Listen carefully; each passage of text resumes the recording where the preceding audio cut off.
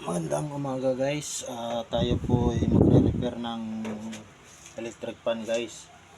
Panoorin po natin kung paano po mag-repair ng electric fan para makapag-repair po tayo sa mga bahay natin ng electric fan. Kakalasin po natin itong case at tanggalin natin yung mga tornilyo para linisan natin yung shafting para lumambot po siya. Matigas po kasi umikot, kaya overhaul po natin siya ngayon para makita po natin ang pag-overhaul nito, at para kahit po sa bahay ninyo pwede po kayong maggawa ng sarili. Hindi na po kayo magpapagawa sa mga technician. Basta po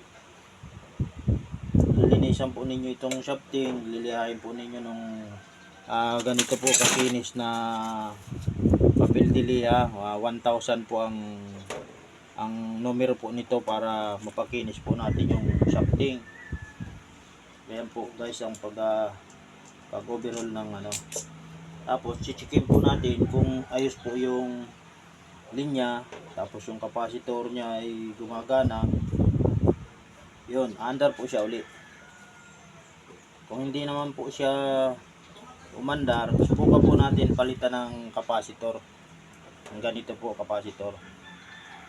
Kaya guys, ito po ngayon overhauling ko para makita po natin na mapandar po natin siya uli, kasi grabe na po.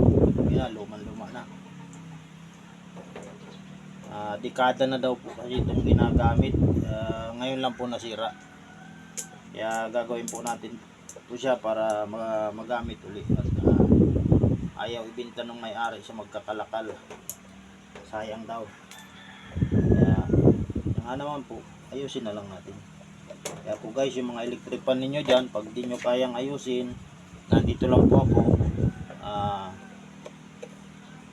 Ano lang po ninyo ako sa YouTube ko, kaya sa Facebook ko na magpapaayos kayo. Puntahan ko po kayo guys kung gusto po ninyo magpaayos. Guys, tapos tatanggalin po natin ito para hindi po tayo magkamali. Pag tanggal natin, lagyan po natin ng tanda, para pagbalik po natin, pagtatapat-tapatin lang po natin yung nilagay natin ng tanda guys. Ganito guys.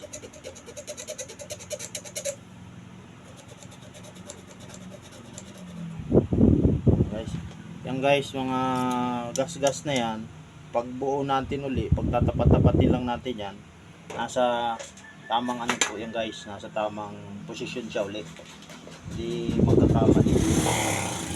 Saka po natin tanggalin.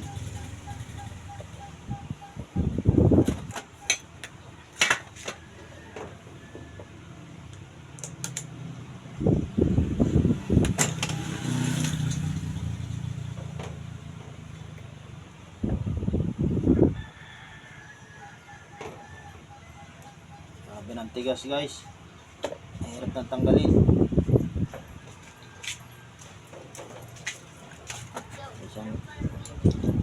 Isang tornilyo pa pala.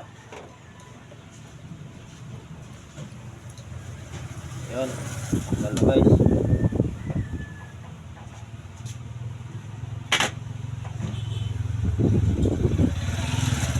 Suot lang natin ito guys dito sa butas. Yan, bubunot na yan guys.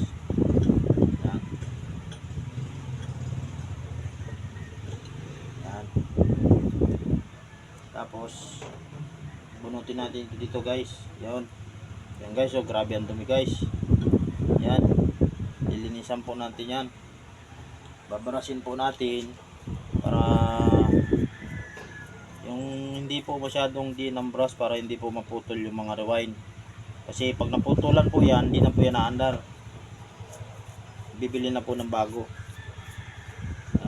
Dapat po ay medyo banayad lang ang paglinis.